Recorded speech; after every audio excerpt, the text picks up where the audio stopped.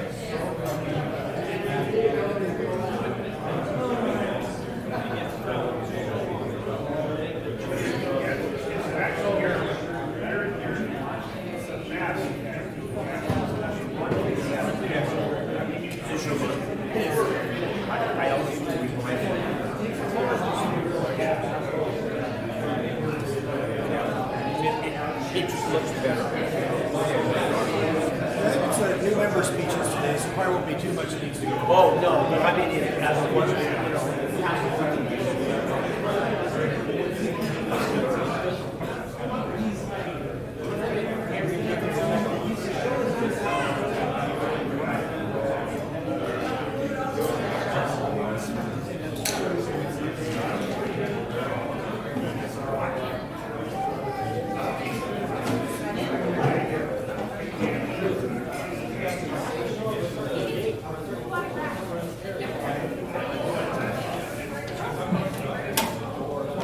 Okay.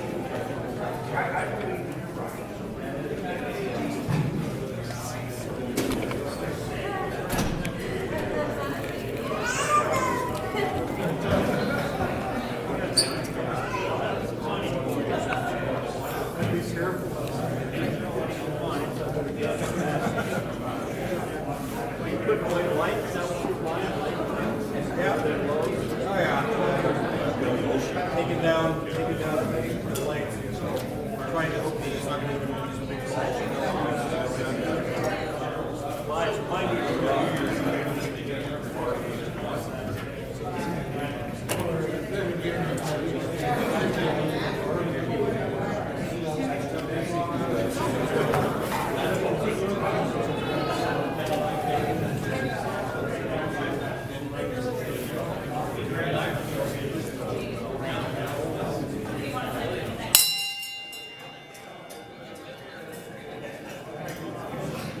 Always good to start with a good for Chris Bellring. Welcome to the greatest Rotary Club in the universe. All right, happy New Year.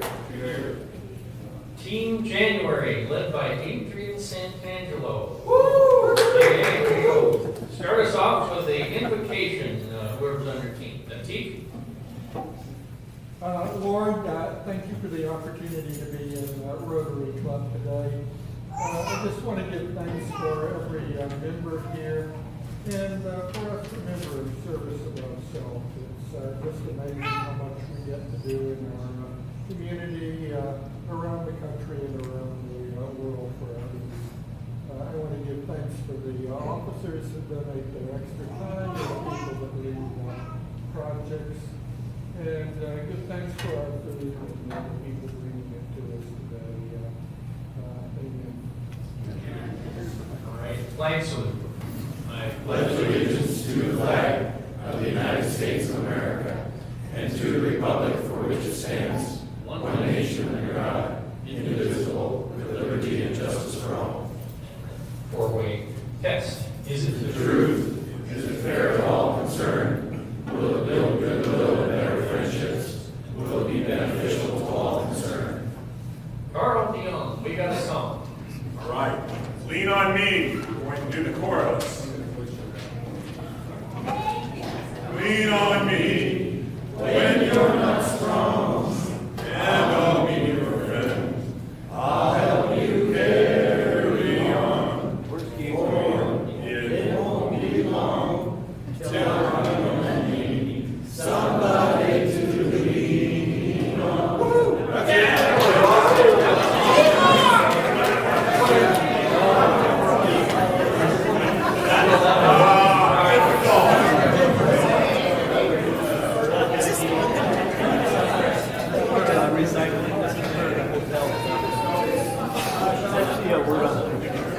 I've got one, you've got on me, and Kyle has one coming, so we're gonna get. All right. So we're good. And then as soon as she gets back from vacation, then I'll get that file, get it uploaded. This is an engineer joke. Engineers believe that a thing broke doesn't have enough features and cabinets. I got a very nice thank you from Barbara Ward Thompson. I won't read the whole thing, but in general it says, thank you for including the Rotary's widows in so many of your activities. Thank you for the salmon barbecue.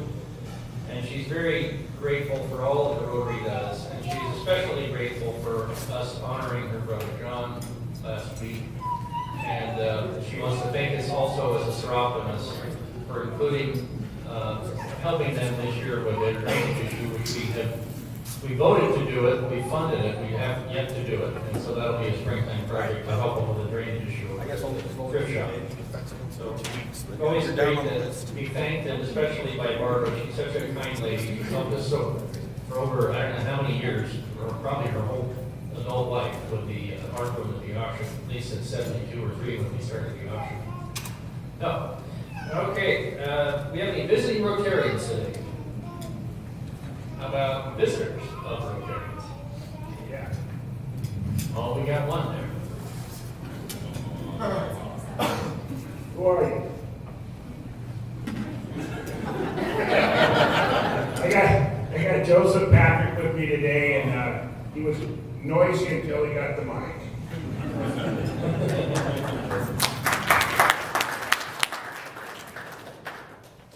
All right. We have another one. Well, Nice. just, yeah, once again, I brought my husband with Eric Johnson. Glad to have him. All right.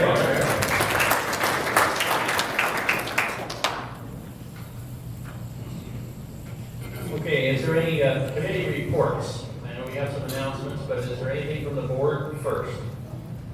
All right.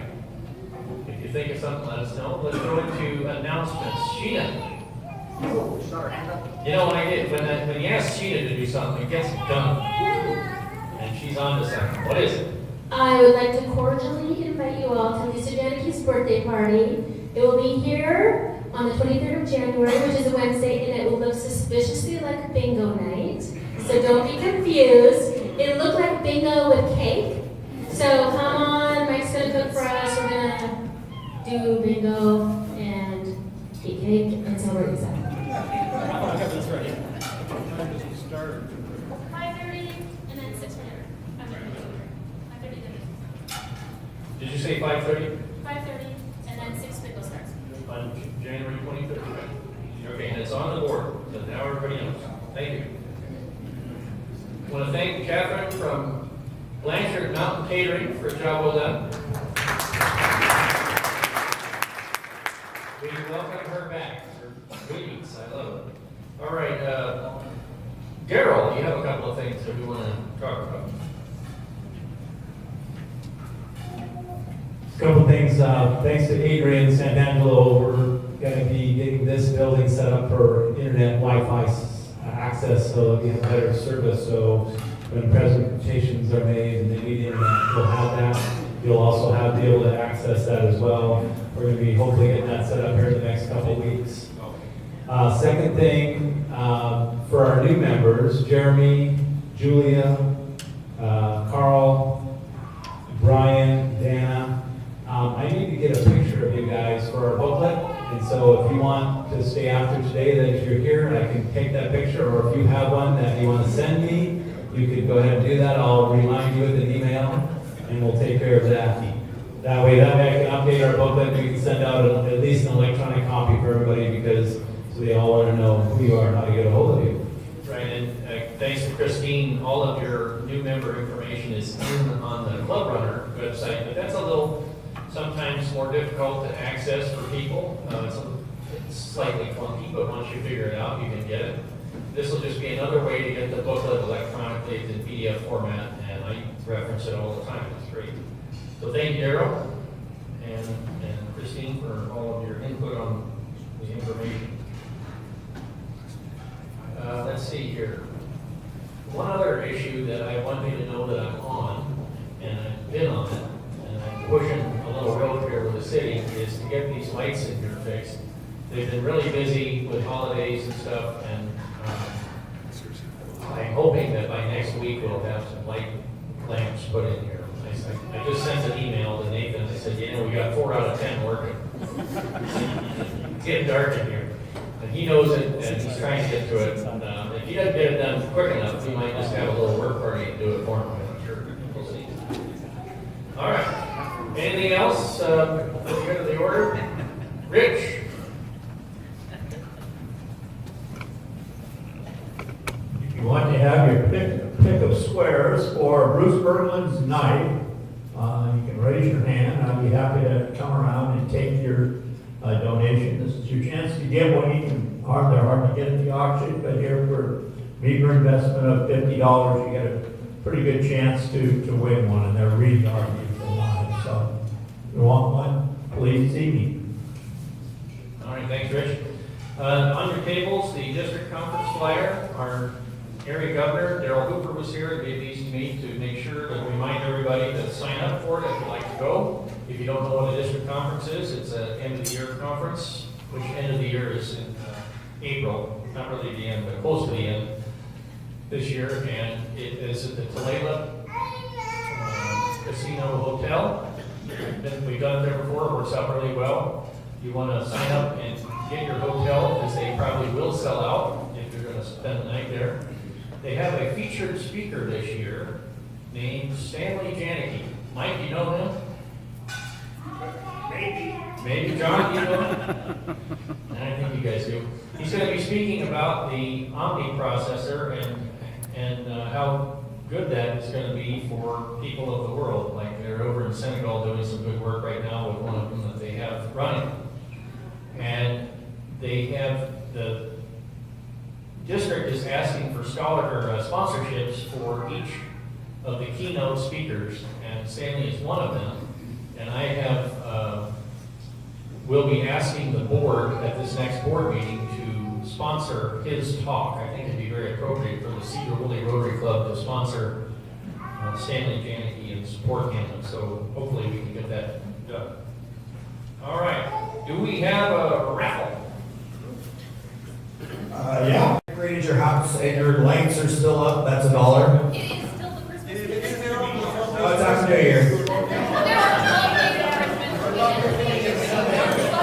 Line her down. You can argue with me, but the price will only go up. Okay, so if you made a resolution, pay $1. And if you broke it, it's $1. All right, and if you were lucky enough to live in a house with people or have someone in your life that still believes in Santa, then that's $1 because it makes Christmas more fun. So, oh, the door was open, so maybe I was wrong about it. All right, so we're going to go into Happy Bucks, just to get this thing moving along so we get to our new member speeches. So, Who's happy? Who's happy?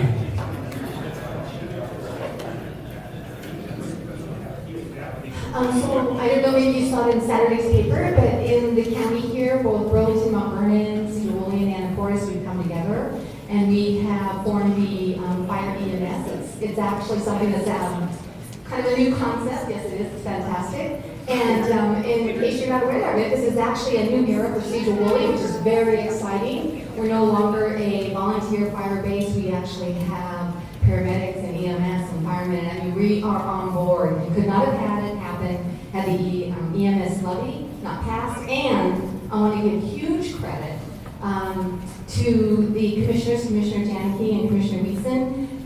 They took a leap of faith, trusting in the cities that we would make this happen. And by golly, we did. All right.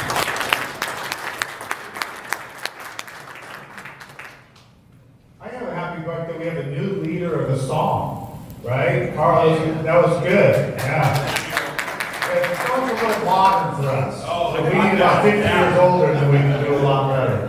And so that's really quite happy with that. Oh, and one other thing, I'm happy about that football game the other day. That was a great game with Ohio, and yeah, it was a great game. I love it.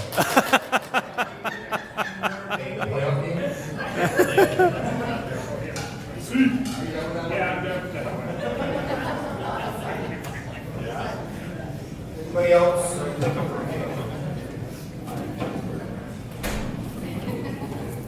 gave my happy bucks to John. Every year, you guys wait with bated breath for me to give you my fantasy football results. This year was not good, but I did beat Darrell Heisler Oh, twice. for crying out loud. The little things that count. The last game, I beat him by 0.6. I think it was low. Rigged. Fake news. I'm paying a happy buck to wish my sister a happy birthday. Thank you. Kind of happy $5 is kind of happy sad. We had our dear sweet buddy for 13 years. We said goodbye to him yesterday. It was a tough day, but we got great memories, and he was the best little spot rescue dog. So I'm happy for that.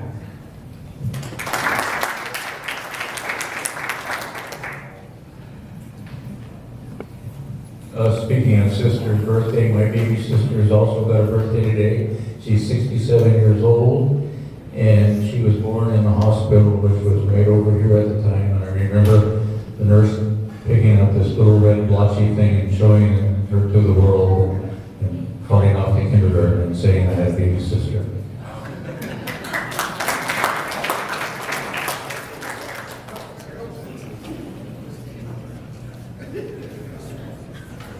I just wanted to do more of an acknowledgement here. Jim Perkins passed away from Eagle Haven Winery. Jim's been sick a lot over the last few years. I mean, he's had many health challenges, so in a way, I feel like it was a blessing. But I know there's plenty in the room that will miss him, and I'm one of those people. So, Jim, rest in peace.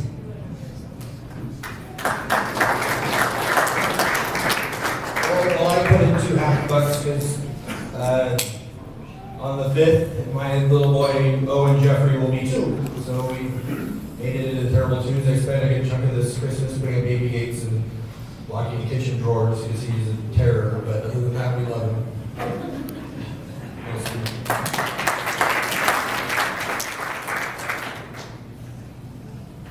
All right.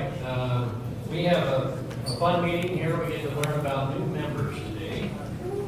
And so if you have to go, now's the time. There's a good chance we're going to finish early. So if I don't have to go, you might get out early anyway. All right. Our first new member talk is going to be Brian Perron. Brian, why don't you come on up here? On deck again.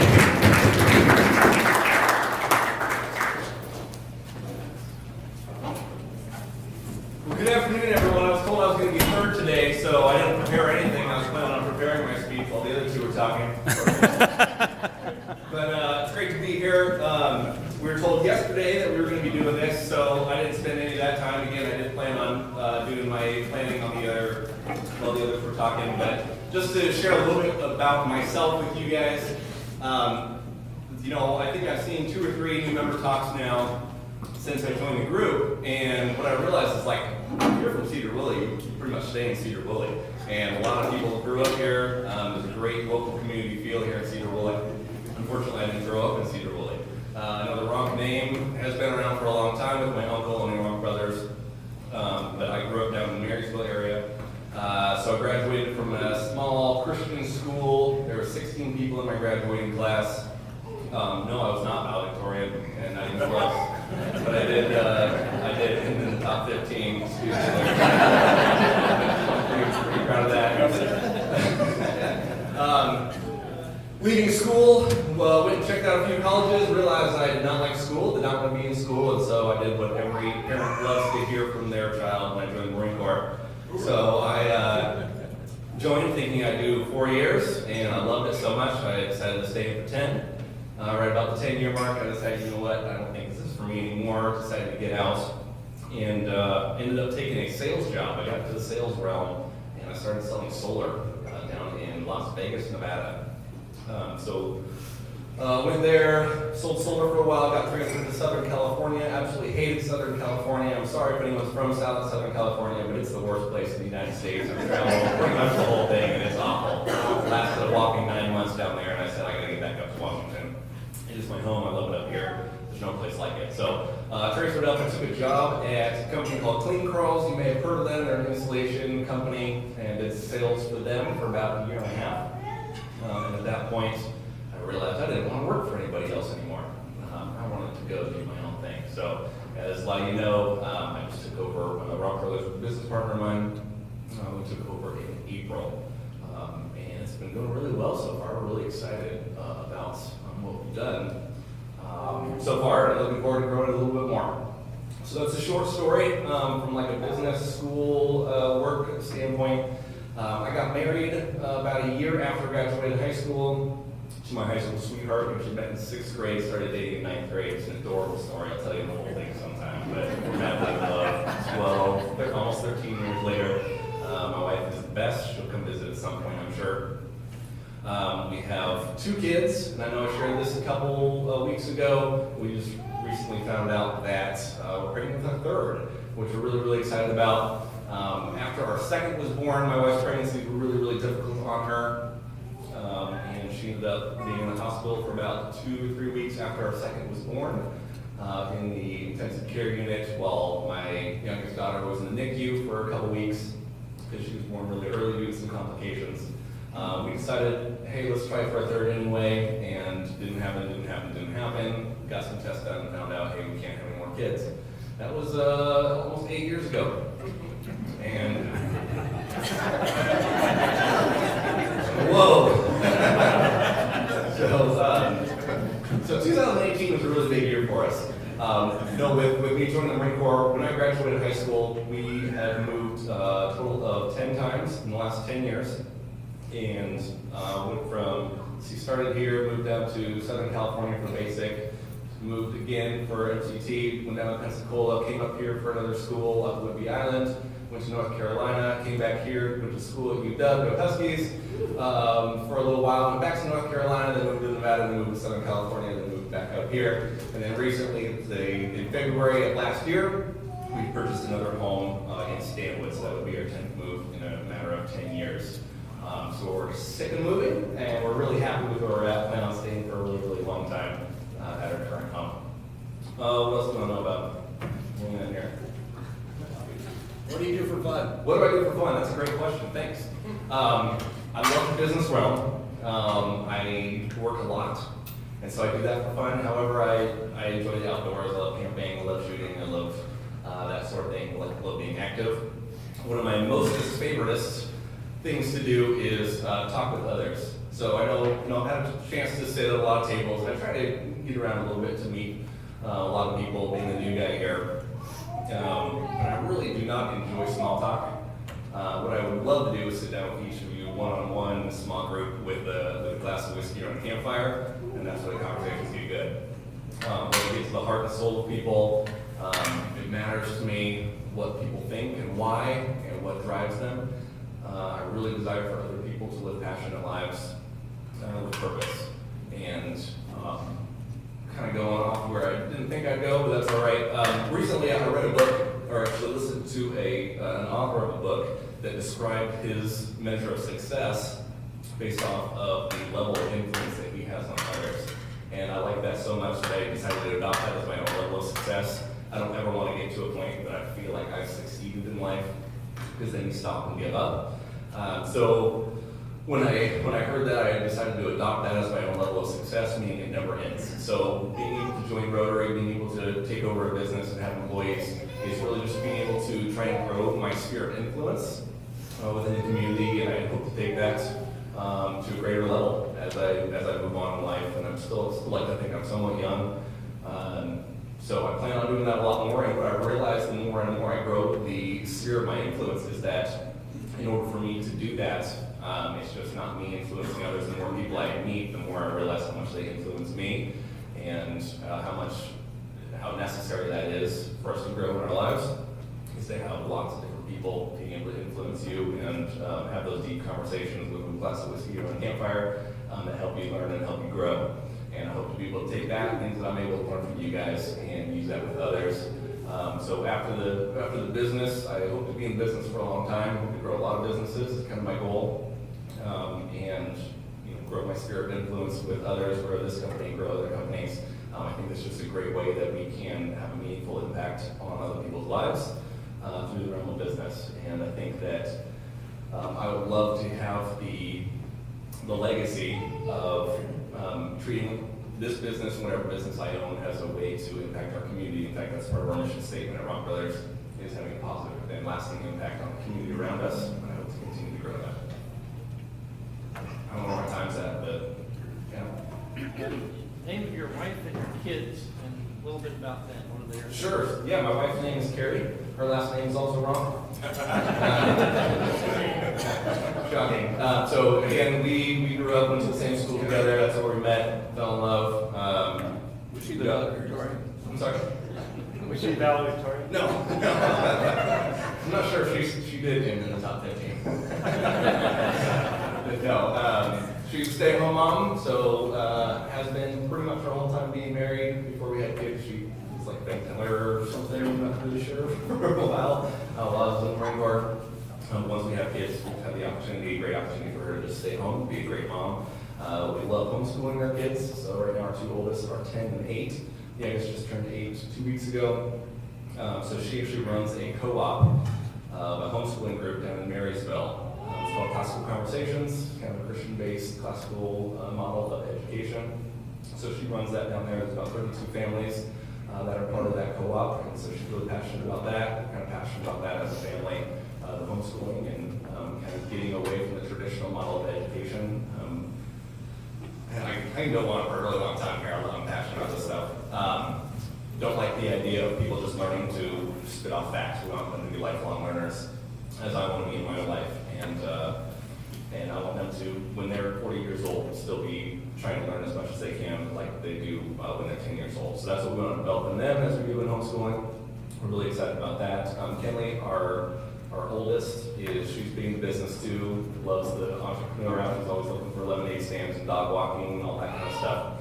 Exciting news for 2019, we're actually going to start a podcast with her. So myself and her, we're going to start a podcast about kids and being entrepreneurs.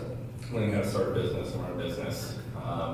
And so we're really excited about that. Claire's the exact opposite. She's off in Never Land all the time. She's very artsy and just loves to play and loves to dance. And so we have our daddy-daughter dance nights often. Anything else? Is that good? Our youngest? We don't really know much about him or her yet. Find out in May. All right.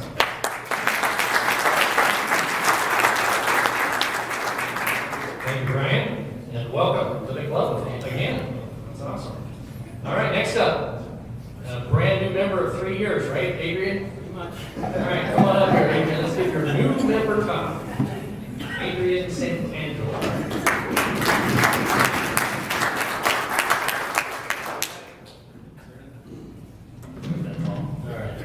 Well, yes, so I am Adrian Santangelo, and as many of you know that already, I've been a member here for a little while. I was signed up, David invited me finally, and decided to stick. So you can blame him for that and everything else that happened up to that point. Brian reminded me of something that my daughter had said, which was she's a swimmer, and she was taught good, better, best. Never let it rest until your good is better and your better is best. And that's one of the mottos that she was by as well. That was a very fitting thing that you said. Anyway, so about me, I was actually born on the East Coast. They're not representative either. Born in Virginia. My parents met at Virginia Tech. Notice the technology coming down from the top there. And I ended up moving over to St. Louis, and then Muscatine, Iowa, the armpit of Iowa. Never go there. We ended up in Iowa City, Iowa. It's actually pretty nice. I like that place. University of Iowa. Go Hawks, the real Hawks, as I say. We had, ooh, I heard that. And I was there for about 26 years of my life, actually. So I love the place. The only thing I don't miss is the weather, because you can literally wake up in the morning and have 3 feet of snow. The day before it was like 60 and sunny. And I had to deal with that for a lot of, like people here, it snows like an inch and the whole place just shuts down. I remember being in like 6th grade having to shovel my way out and drive us to go to school. So not quite the same here, but was there for quite a while. I left there only because I met my wife, Pamela. She's been here a couple times here and there. And I met her, it's actually a really good story too, a longer show than I have time for now, but I met her at a wedding in Minnesota when she was actually coming over to see an old high school flame. I was going over to be the godfather of the bride's sister's son. It's complicated. Yeah, I'm not following it, don't worry. So, and then at the end, I ended up meeting her. Our first date lasted 11 days. We were just inseparable. And I brought her back down to Iowa City to meet my parents. And then she was supposed to fly out of Minnesota to Chicago, then back to Washington. And she actually skipped the Minnesota flight. I drove her to Chicago myself. And I came out here 6 months later. We were together then for 2 or 3 months then. Came back to Iowa, gathered my stuff up, and moved out here. That's why I'm out here now. So I actually had a business back in Iowa City, which was Computer Source. Sold that to my business partner when I came out here, and opened up Computer Source of Northwest Washington. Had that for about 4 or 5 years, and then closing it down during the recession time. Had an embezzlement issue, so that kind of caused some problems for us. And we had a lot of clients go bankrupt on us, so we all fail sometimes, and we broke back up the way it was, and so we sold off the assets we had. The company that bought it actually is now still in business in Mount Vernon, and then we opened up Interpreting Technology, which actually started as a newspaper column, where the name came from. I was writing for the Argus and for the Courier Times, and it was called Interpreting Tech. They wanted someone to kind of put technical speak into a more user-friendly fashion. So that's how the name started. And we opened the business back up because we kept getting so many people saying they wanted us to go do their stuff again. And we just decided that we had to go back and do something. We kept saying we're never going to have employees again, we're going to get away from that process. And as of the 7th, we're going to have 15 employees again. So we're back to that point again. But overall it's been quite a whirlwind of time frames. And so, in the mix of all of that, we also have 2 kids. Heather, our oldest, is 12. She's turning 13 at the end of this month. And she just got braces, which is kind of funny because she's always like, where she walks. We see her a lot of times. She's very, very driven, and I see where she gets it from in her mother. Her mom has been a stay-at-home mom, at the same time been the other half of the business. She's the CEO of this company. She was the CFO of the old company. She works as hard as I do the whole thing, as well as take care of the kids in the house. So I give her credit for that, without a doubt. But she's very, very driven, and so she's the one that she's in the high cap program, and she's gone on swimming, now she's in regionals, and she just always is striving to do something better. Whereas our son, Gavin, who is 8, not so much. He is definitely content to play video games and just sit and be by himself and be happy about that. So both of them, they're so different, and it's very difficult to know how to take care of them differently because they're just so separated apart. And we have said that we're not going to have more children because we can still divide and conquer right now. And so one of them's going to get fixed, was what I'm going to say. Get that taken care of really quick. For fun as well. I do a lot of research, I do a lot of investigations. I used to have really deep roots in digital forensics and computer security. And I have a lot of stories that I can't share because I'm under NDAs and all that fun stuff. But there's been a number of times where I have been somewhere, oh yeah, where that happened this, and people kind of look at me and go, what the hell are you talking about? You would understand, it's fine. But there's an article out there on Forensic Focus that talks about people that are digital forensics and how it just kind of changes you, what you see and do and learn and know. And I've definitely seen that. My wife has PTSD from my work back in those days. I did it for about 13 years. And I've actually even had a brief job here in the Suffolk County Sheriff doing forensic work with them as well back in 2012. But I got out of that pretty quick, decided I was not going to get back into it. With having kids now, it's a much different story when you go through things you see. So couldn't handle that anymore. I still do computer stuff for fun. I love it quite a bit. And a lot of times I'm on the one through to explore, to find out new ways to fix things, find out better ways to fix things, how to automate things. It's kind of what makes me tick. I have a passion for helping people, and especially around technology. And so we started nonprofits called Digital Heartbeat, that donates recycled systems to Friendship House, DB SAS. We support both of them for pro bono and have for a decade now. We believe in their causes and what they do, and that's what makes us tick, and that's what makes us help as well. Does anybody have any questions at all that I can answer? Yes, sir. So you had, 2 years of working attendance, and in all those times you came to the meetings and heard people giving their new member speeches, you never thought maybe it was your turn? Flying under the radar, hope for the best. I thought, you know what? They know enough about me. It's fine. Yes. Adrian, any precautionary tales you could tell us about the use of the internet, specifically Twitter, Facebook, and Instagram? From a parent perspective, a child perspective, or a user perspective, because they all should be careful. Just all in one, all together, yeah. Don't do it. People talk about privacy implications and that kind of stuff. Facebook, Twitter, any social media is the same way. Something I'd love to do is called OSINT, and it's open source intelligence. And the idea behind that is that you gather as much information about a target that you can without having to go through any legal or illegal means to get more information about them. And so I actually did a presentation to the Washington Bar, years ago, about that. And I was showing, lawyers and things how to do these without having to go like actually go to law enforcement and have this, kind of stuff. How much information you can actually gather from public sources. And so like we were talking about this, is we were doing this in front of the Washington bar, and we actually ousted a cheater in front of people accidentally. And so that went pretty well. But you can find out a lot of stuff about people if you know where to look. And so that's why I say be careful. Whatever you share on Facebook, even if you delete it, it is still there. The second you type, it is still there. Every character you put in there, whether you enter or not, they have it, don't get rid of it. Not sure about Twitter. One of my old counterparts works security at Twitter, and he said that some things back there are pretty nasty as well. I'm also on Instagram, and since Facebook bought them out, they're probably just as bad at this one time. Yes, sir. You ousted a cheater. You mean you figured out a lawyer wasn't actually a lawyer, or what? No, we figured out a lawyer was sleeping around in front of the entire room. And it wasn't like one of those things where he admits it and walks away. It was like, we're talking about these people like, oh, your wife must be Nancy, and someone else goes, Nancy, that's your secretary. And they go, anyway, moving on, because it wasn't good. It wasn't good at all. So be cautious what you post, especially if you are doing something you shouldn't be doing.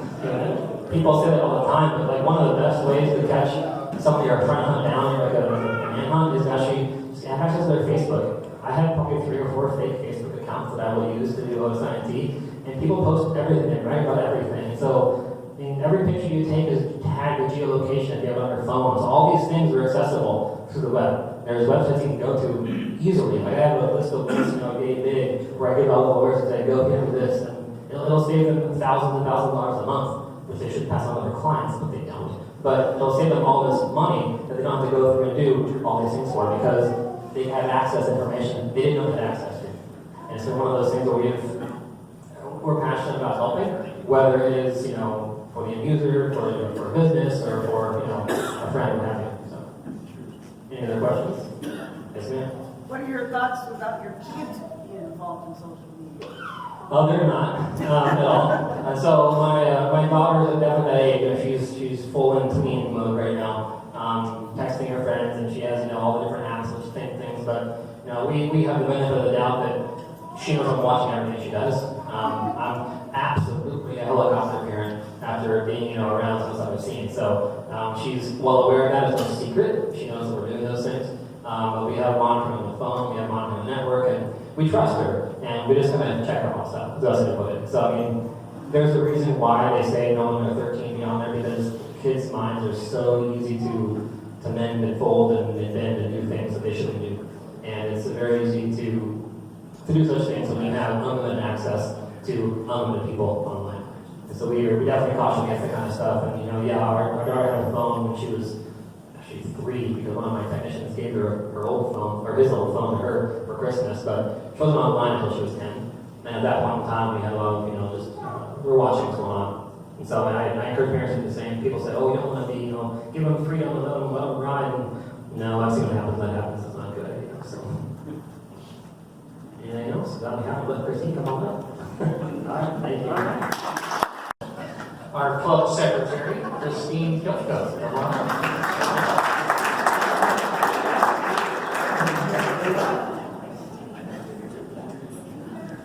Yeah, 5 years. It's 5 years coming up soon. I really hope that I be able to fly under the radar and not ever have to do this and just remain that woman of mystery. Just the one that harasses you for dues once a year while I am late paying my own. Whatever. So I really don't know what to say about myself, and I'm really nervous to have all of you looking at me right now. Let's see. I was born in Germany. My parents were in the military, so that I'm an international woman of mystery, really, I guess. So we weren't there for very long. We moved to Arizona when I was about 9 months old, and we lived there for a few years, and then my mom moved us up to Washington, where I grew up. I mostly, my younger years I was in Arlington and Marysville, and then when I was 9, we moved to Clear Lake, and we were in Clear Lake for a couple of years, and we moved to Mount Vernon, and then when I was 12, we moved to Sedro, Woolley, and that's where I've pretty much been ever since. So I did most of my growing up in Sedro, Woolley, so I am glad about that. I graduated from Sedro, Woolley High School, class of 2000. Woo! And then I went to Central Washington University. I was there for 4 years, and I got 2 majors, one in public relations, so you think I would be better at this, and another in political science.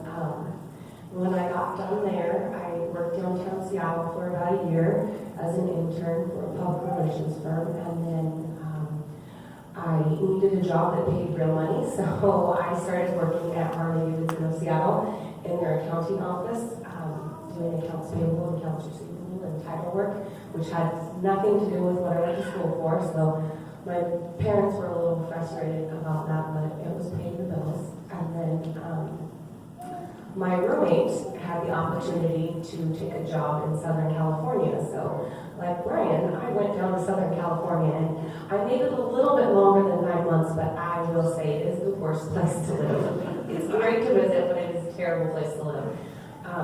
I missed my family and my friends here, so I moved back up here, and I started working for Snohomish County Elections, so something a little more related to what I actually went to school for. I worked for Snohomish County for about 3 years, and I was kind of restless, and so I had the great idea that I would join the Marines. So I was set to go join the Marines. I was going to work in the communications division. I wanted to travel the world and go make a difference and do something important, and then I found out I was pregnant with my daughter, and they said, no thank you. So I ended up settling in Sedro, Woolley, and I got married. I'm not married anymore, but during the time I was married, I had 2 beautiful children, Piper's 10 and Reagan's 7. He'll be 8 in April, so they keep me very busy. And after I got married, we had the opportunity, my mom and I had the opportunity to buy State Street Deli. And so we jumped on board because we had talked about it. We've always thought that it would be fun to own a restaurant. I'm going to tell you that it's not.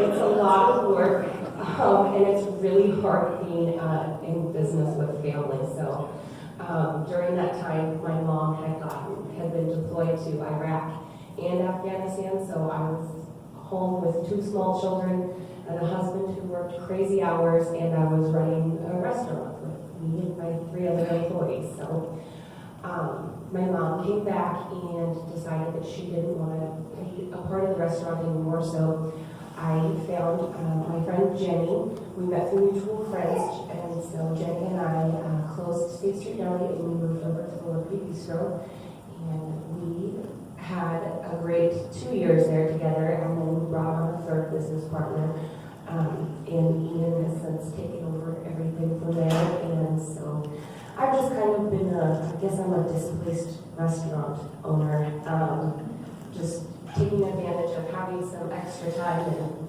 working at the school with my kids, so I get to keep the same hours as they do, and I just get to be a little more present in their lives, because the first few years of their lives I was so busy with the restaurant that I didn't get to see them, so it's great to be able to see them every day now. Let's see, what else? I enjoy golfing. Most everybody knows that I enjoy wine. Let's see. One of the reasons that I wanted to join Rotary, when I moved back up here, I knew that I wanted to be a part of the community and give back to the place that I felt it was very near and dear to me. I loved growing up, for the most part, in Sedro, Woolley. I thought that it's a great community. It's a great place to raise kids. I've been really lucky that I got to go to school here, and that I got to come back, and I got to be a business owner, and I got to meet all of you wonderful people. When I bought the deli, I had started harassing, because before I bought the deli, I worked as a bank teller at Saginaw State Bank, at the branch that Aldi worked at, and so I had been harassing him to bring me to a Rotary meeting, bring me to a meeting, let me see what it's all about. And he just ignored my emails. He's not here to defend himself either, but he did ignore them. And then one day I ran into Joe, and I thought, if Joe Jones can be a member of the Sedro Rotary Club, definitely And he brought me to a meeting, and it's kind of, it's just all fallen into place. I think I was a member for about maybe 3 months, and I got approached to be the club secretary, and I've been here ever since. So, I don't know what else to say. Any questions? Any questions? What do you like to do for fun? Golf. I drink Golf. golf. Drink wine. I drink wine. I drink wine. I play golf. Sometimes I karaoke. I like to paint. I really like to cook. Obviously, that's why I had a restaurant. I do miss that. I miss cooking for large amounts of people. That was always fun. So did you graduate in the same year as Joe Jones? No, Joe's older. He's older. Joe used to harass me in the halls at Woolley High School. I can't even picture. Right. Well,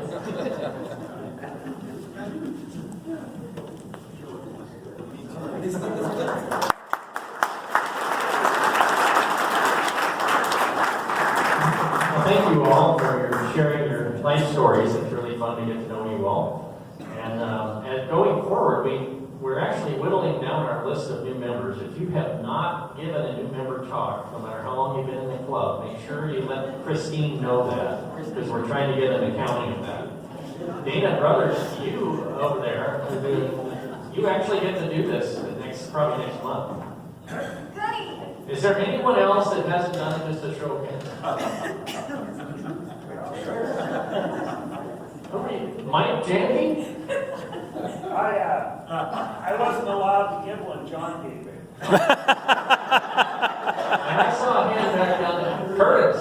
Okay, so next month, Mike Janicki, Curtis Melder, and Dana Brothers are going to give their new member talks. Yeah, we don't want to have any martyrs in the club that say, yeah, I never gave one. We're going to make you all legit. We have a little extra time. Is there any other thing for the good of the order? If not, we will adjourn. All right. Let's take care of the tables today. Thank you, Joseph, for attending, and Mom for bringing him. That's awesome. Next week, we're going to have Dr. Teague, right? Talking about Honduras. That's right. Okay. With that, we are adjourned.